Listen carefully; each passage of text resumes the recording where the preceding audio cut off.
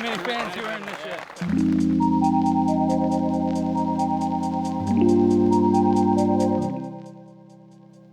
All right, everyone, welcome back to another MDG Media production. This is the back nine from round one of the Swedish Open EUROTOUR stop number 4, the Ymergårdens Discgolfcenter in Berg, Sweden. I'm your host, Nate Perkins, and I'm here with Elias Luukkonen. Pretty fun track to watch and play, huh? Yeah, certainly one of the more technical courses and shorter courses we play all year. As this is a shorter wooded course here, we see the top 10. Niklas, Anttila, Dennis Augustsson and Emil Dahlgren setting the pace at 5 under through the front 9. That's a good front 9, but no one really taking that edge over the field yet. So looking forward to see some separation on this back 9. I'm sure everybody on our card is looking forward to go well under par on this wooded technical back 9.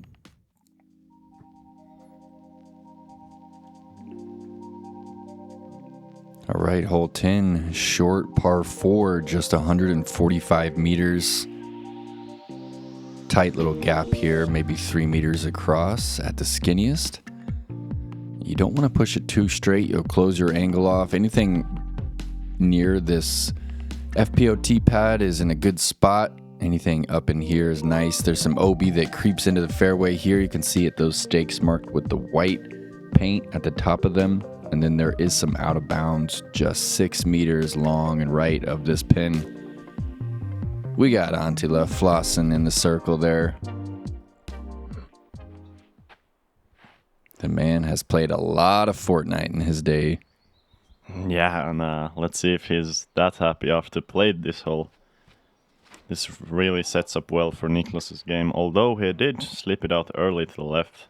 That's not a terrible kick. I believe he still has a chance for the par, but the birdie is out of question already.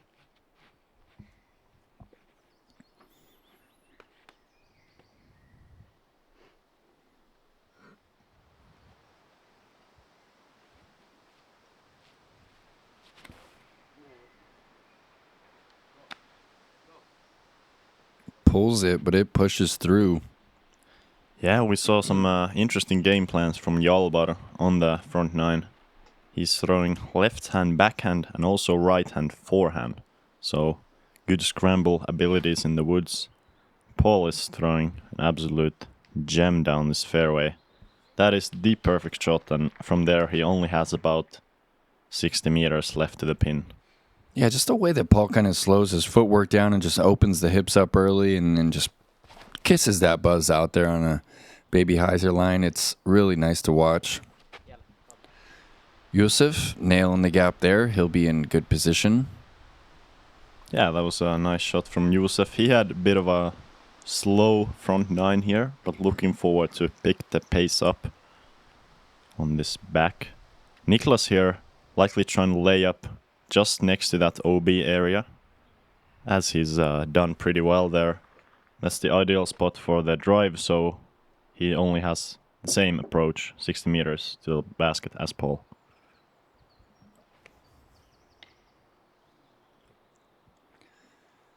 And Hjalmar kicks off into the forest there. That might be pretty tricky. Josef going here with this pretty much a signature shot, going Berg on the forehand. So that's a beautiful shot, and you can see the touch he has with that disc. I believe one of the best Berg throwers in Europe and in the world. Tactic for Niklas to get up and down for his par. And McBeth just going to go Luna here, looking straight down the trail.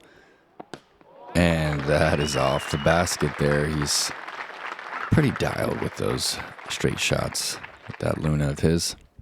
Yeah, he's really got great angle control and speed control of the disc. Let's see if Hjalmar can bring up some fireworks. Looks like he's just laying up from there.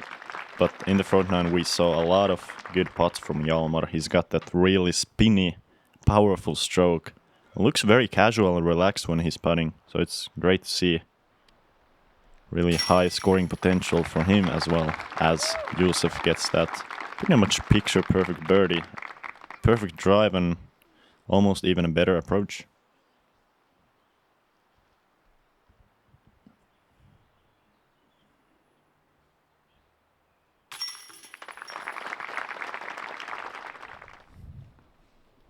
You think the back nine or the front nine is easier?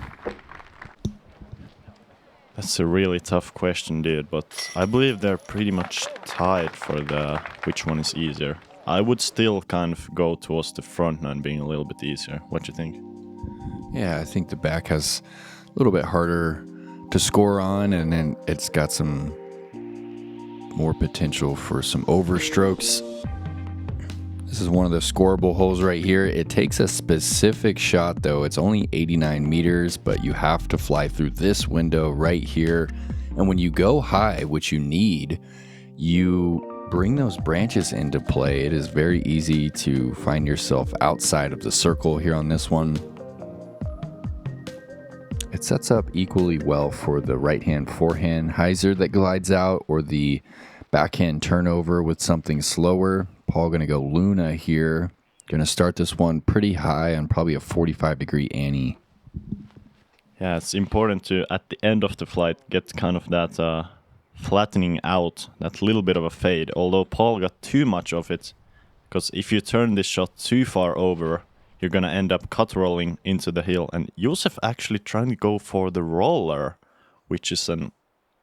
I have never seen that play before, but he's the local, he knows the routes. Did not end up good this time, but I'm sure he's made that work many times in practice. Niklas going sensei turnover here. Going to try and correct off Paul's.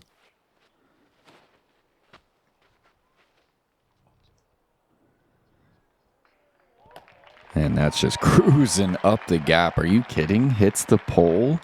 What a shot from the fin. Yeah, that could have not been more perfect. Getting that steep anhyzer angle out of the hand and not landing with too much anhyzer to avoid the cut roll. That was incredible. Let's see if Hjalmar can show us this left hand hyzer route. He looks to be pushing it a little bit more straight than he would like. You really want your disc to finish earlier to the right than that. And you can see how tough it is to hit this gap perfectly, as some of these players are kind of struggling.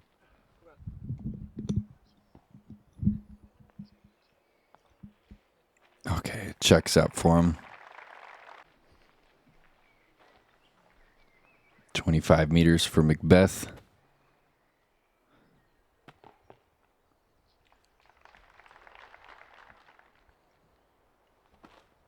$20 meters for Hjalmar. Ooh, definitely generates enough power.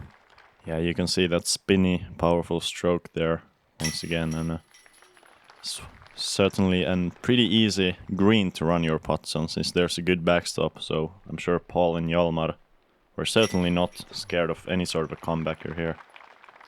Niklas still waiting to get to his disc here.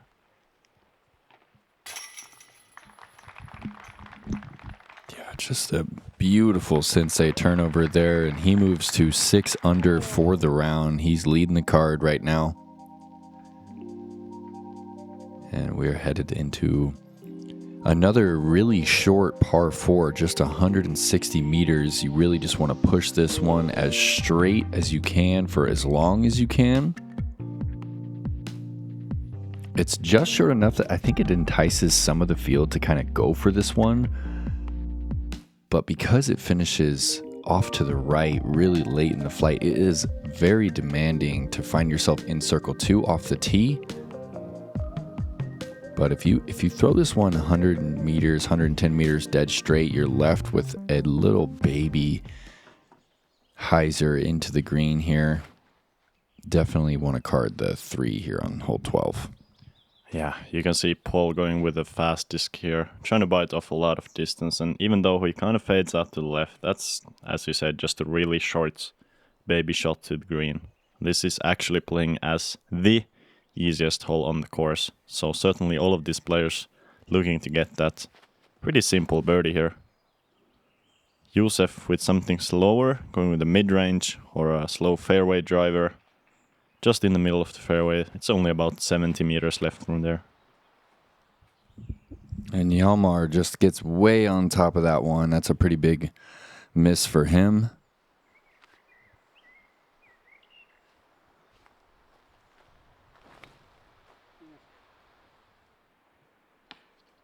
Oh, and he had it on a good line.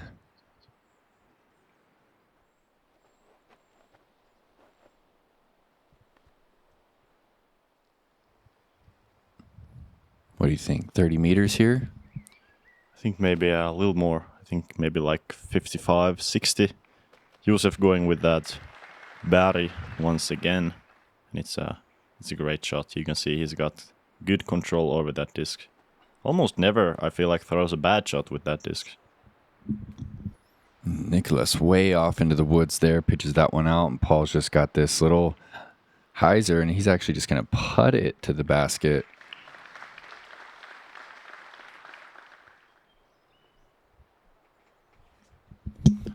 Another great look at the gallery, and there's just so many people out here. I believe many of the Swedish players said that this might be the biggest event that has been held in Sweden in a few years. So you can really see how excited people are to see some of these world-class players, but also some of the best players in Sweden.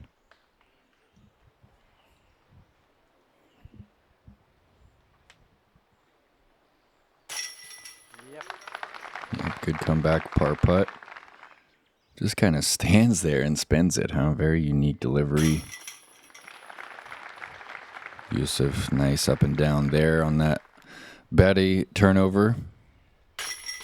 We like to call it the Berg back in the States. Yeah, certainly a cultural difference there. And, as we see a couple of birdies and a couple of pars, which I'm sure Niklas and Hjalmar are kind of disappointed about.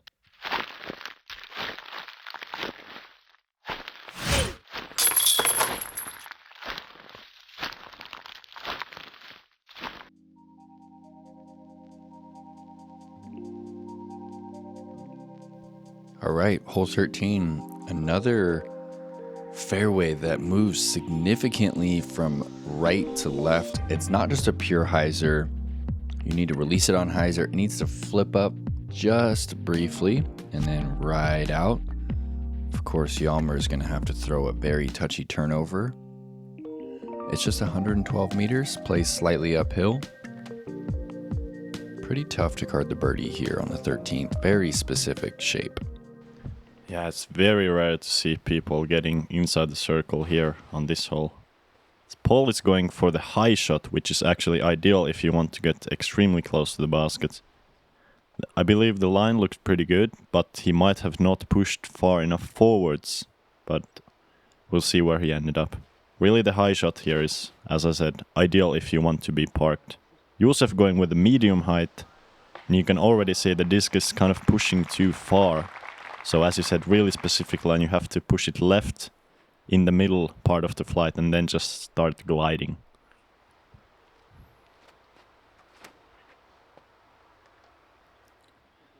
Cloudbreaker for Niklas. Just inside. That's money right there. I believe that's inside the circle. It sure is. Yeah, amazing shot there, and one of the rare circle one hits on this hole. You can see he pushed the backside to the limit and just barely fading out in time.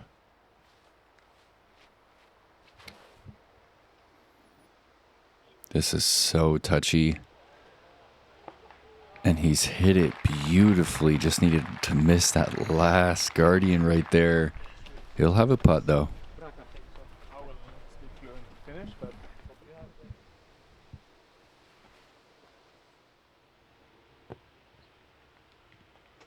Yeah, so Paul was a little bit inside short there, which is, I believe, a good miss since you do want to keep this hole really tight. Josef off the knee. That's a very common landing spot, being long and right also, because people are pushing it too far off the drive.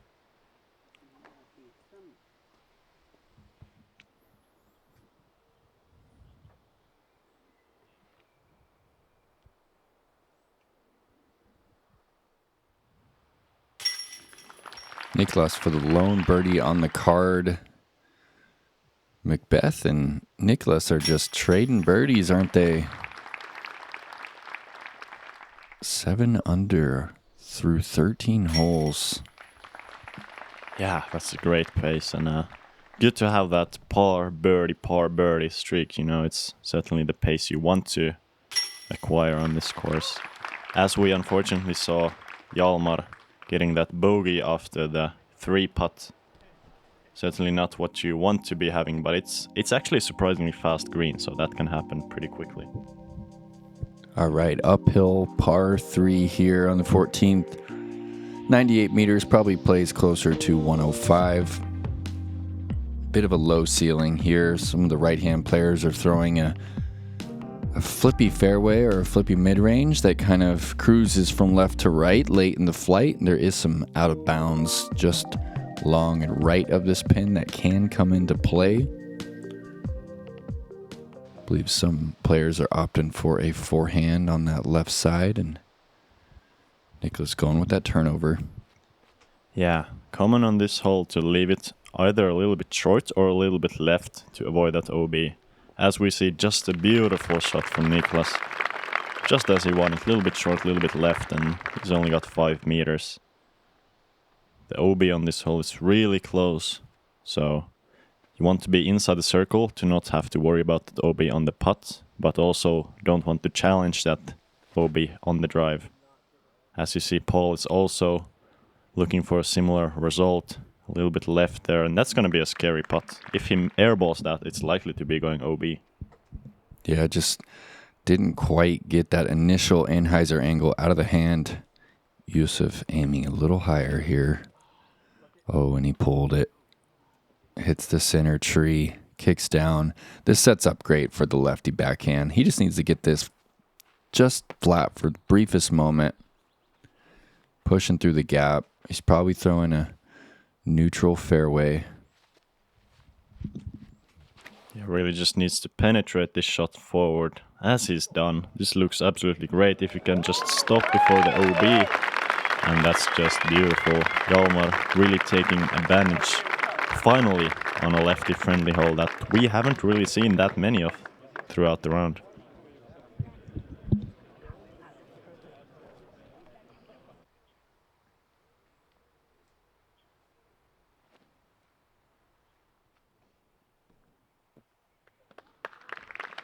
Josef pitches that out, but he's left himself 6 meters for his par.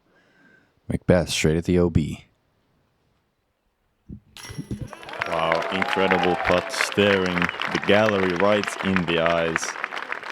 Maybe even giving himself a little bit more motivation to sink that in. As we see Josef also with a solid putt. You can just see how enthusiastic this gallery is. Really trying to get as close as possible to the action, and it's a great spot to watch some high quality disc golf for sure. And Niklas back-to-back birdies here. He moves to 8 under through 14. Paul just 1 back. Hjalmar bounces back after that 3-putt. He's at 3 under for the round. And we are headed to a super shorty, very technical hole.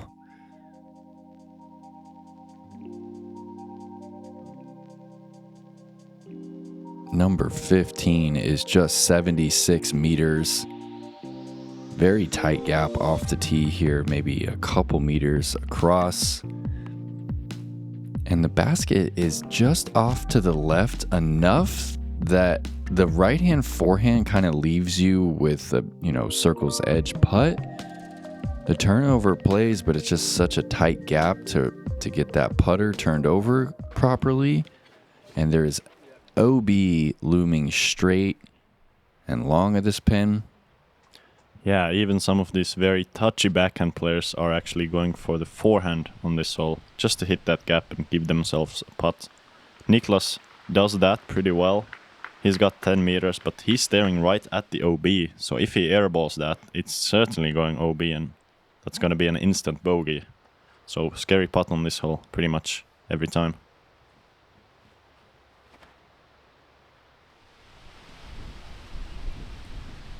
beautiful turnover there for Paul. You can see the wind off the tee. It's left to right, but now Niklas and Paul are both facing kind of a direct headwind, maybe right to left there for Paul.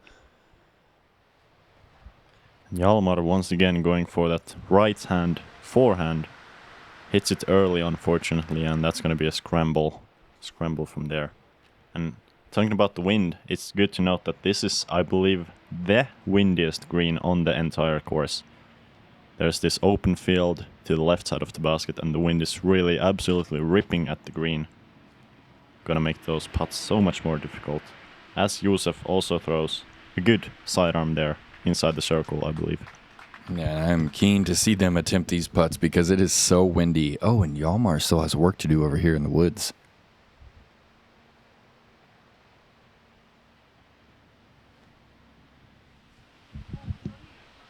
Another right-hand forehand there. Executes it this time much better, and it's going to be an easy par for him. Let's see how aggressive these guys are running. Is it going to be a regular stroke or a little bit softer than normal? Headwind right to left here. Oh, and full commit there. Elias puts his hands on his head. Can't believe the putt. Here's Josef with a similar look. Straight head. Josef putting with the Berg, so very glideless putter. Actually incredibly good for these windy situations, but just barely misses it to the right. Did not go OB though, so it's a good break there to stay in bounds. Let's see if Paul can get this. Needs to control the nose angle and the hyzer angle of the disc. Oh wow, that's an incredible slip there into the basket off the bottom cage. And these guys are going toe to toe here. Those are great putts into the wind. Yep, good par save there from Hjalmar. Gotta feel a little disappointing there for the Swedes. They are being left behind by the American and the Finn.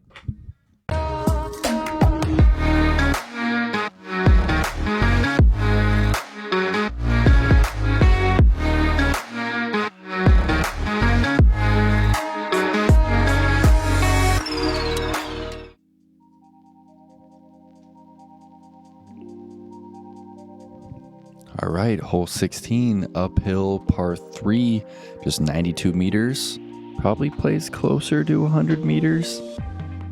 There's a bit of a ceiling, and there are just so many trees in this fairway. Very specific late flipping backhand that catches some late stability as well, or just a forehand that kind of punches through those skinny trees on the left. And then there's out of bounds, maybe 5 meters to the right of the spin. Yeah, many players are kind of afraid of the out of bounds on the drive. You can see Niklas putting really heavy hyzer angle on the disc, possibly scared of that OB on the right side, but that's going to be another scary putt, I believe this time from outside the circle, looking straight at OB.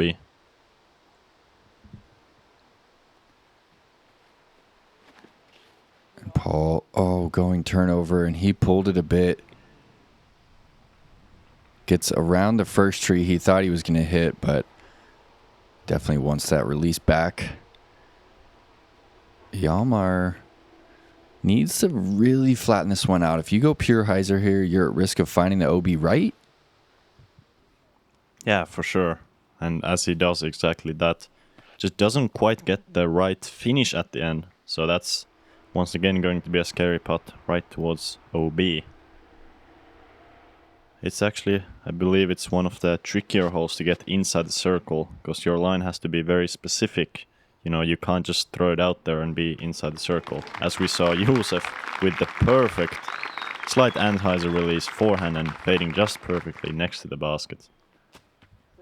Yeah, beautiful flex forehand there from Josef, and that'll get him to 2 under.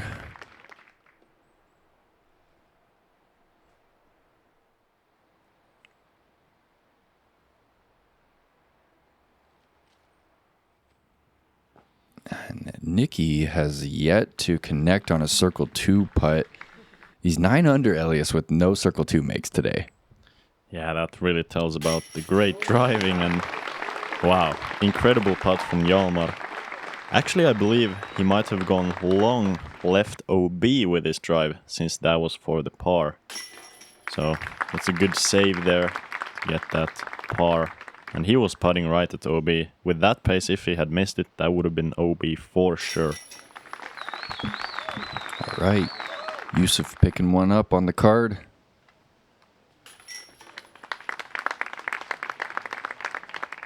All right, we walk up the hill to hole 17. There is just a ripping left to right wind here that really isn't great for the hole. It's downhill, 97 meters, probably plays closer to 90. There's OB that kind of circles into this fairway here. But honestly, this is one of the easier holes on the course. You know, there's not a lot of danger on the left side down this hill. Yeah, for sure. It's the third easiest hole on the course. And I'm expecting all of these players to go a little bit more inside left, since we have this strong left to right wind. Let's see what Josef does. He's actually going pretty much with the regular shot, but putting heavy hyzer on it. Try to fight that wind, and he's absolutely parked. You can really see slight flip-up shot there, you know, going with something straight, slightly understable, and just letting that wind push it down at the basket. That was great. And Niklas, I believe, ripping over on that tactic there. And that was just a little too high out of the hand. That's going to leave him a 15-meter putt with a ripping tailwind left to right. Yeah, gonna be a hard putt to keep up in the air. As we see Paul going with a zone, I believe. You can see that overstability fading towards the left side. Actually hits one of the last trees and bounces just outside bullseye there. Good break. I believe he might have skipped a little bit down the hill, but no problem there inside the circle. Oh, kind of a touchy shot for the lefty, actually, with that OB on the right side. Need to flatten this one out and flip it late. That's just really demanding. What? No. What a reaction there for Hjalmar. Yeah, that's one of the most beautiful kicks I've seen throughout the whole year, as we see Niklas just barely low. Possibly that left to right wind kind of dropping the disc. Hjalmar with also the left to right wind going to lift his slight hyzer putt up. And that's just another confident stroke there. Wow, love watching him putt, that's for sure. And Paul going to pick one back up. Nicky and McBeth are tied through 17. Josef going back-to-back birdies there. And we've got a walk over to the 18th hole. Most of the field had a pretty long backup on this hole because it is the single hardest hole on the course. Super demanding tee shot here. It's 235 meters. You're headed down this tunnel, probably 8 meters from tee to this fairway here in elevation drop, and then there is an OB line on that rock wall there. Then there is this mandatory on the left. You can see it, orange sign on the tree there. You've got to navigate to the right of that. That kind of creates this really difficult pinch point. If you don't throw a good drive, you have to decide where you're going to lay it up to, how close to the wall to give yourself an angle to go back up the hill. And this basket is on a slight slope. Just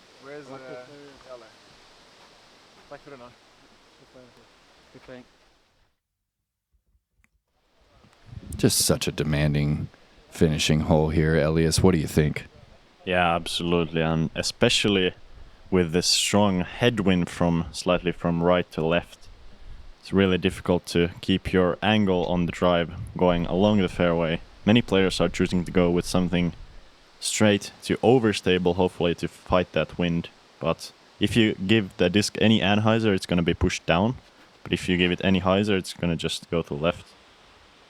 This is flipping over really bad and needs to hit something to not go OB, and that is way beyond the rock wall and going to be OB and a difficult par save from there for sure. Yeah, it's just such a fine line. Like you said, with that wind, there's the difference there. Paul, just a little bit of that right wing exposed, and that right to left actually pushes his shot toward the tree line. Josef, the exact opposite. The right wing was, the wind got on top of it, and so it just took it out and over the wall. Again, kind of another tough shape here for the lefty.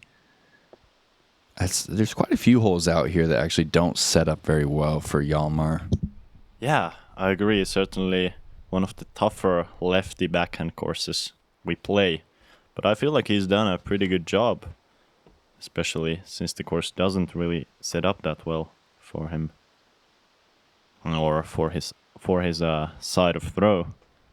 We saw Niklas just a little bit right there. He had a good angle, but kind of missed the fairway there. Oh, and he tries to hit that really skinny gap right in front of him, and he paid the price. This is where this hole gets dangerous, right here. And it looks like Hjalmar is trying to bite off quite a bit. Whoa, that's around the Mando. Oh my goodness, Elias, that was high level turnover there. Sheesh. That's insane. He went with an inside gap, not going through the fairway, but rather cutting one tree to the left, and that was incredible. Paul, very unpleased with the shot there. Did not quite see where that ended up, but judging by the reaction, it's not good, and probably gonna be really difficult par from there.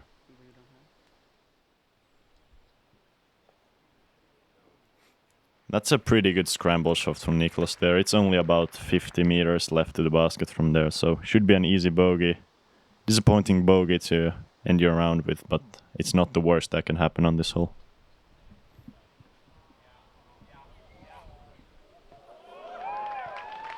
Man, what a shot from Josef. And that will be for his par save after going out of bounds. Whoa. Paul still fighting this left side of the fairway, trying to go around the Mando, really high to the right. Still struggling. I believe he's still not out of the woods, as you can see. Having to still go around the Mando with the spike hyzer, another spike hyzer. And now he's only 60 meters away from the basket. That's a really tough finish for Paul. Yeah, what a nightmare hole. Niklas opts to go tactic into the green there. He'll have that left for a bogey. His only bogey on the scorecard, I believe. Yeah, kind of a shame to end the round on a bogey, but this is certainly the hole you would get that bogey on. Especially in this wind, as you see, the wind just taking Paul's putter and throwing it to the left of the basket. And great par save there from Hjalmar after being well out of position. No way, just doesn't stay there. That was on the pole, maybe barely left side, but unfortunate to see that one fall out after a beautiful approach. And bogey for Niklas, double for Paul, bogey for Josef, moves him back to 2 under, and that is a wrap for our opening round here at the Swedish Open. This has been such a quality event already. We had this amazing dinner on Thursday evening, one of the best disc golf dinners that I've been a part of, and this entire community is so grateful to have the EUROTOUR come through and play their home course. And you can really feel it out here from all the tournament staff and just all the locals. Everyone's just so happy to see all of the best players in Europe gather here. And of course, to see one of the greatest players of all time play their home track. How cool is that? Yeah, super cool. And you can see the Europeans really appreciating great players being here. Thank you guys. Thank you guys for watching, and hopefully see you guys on round 2.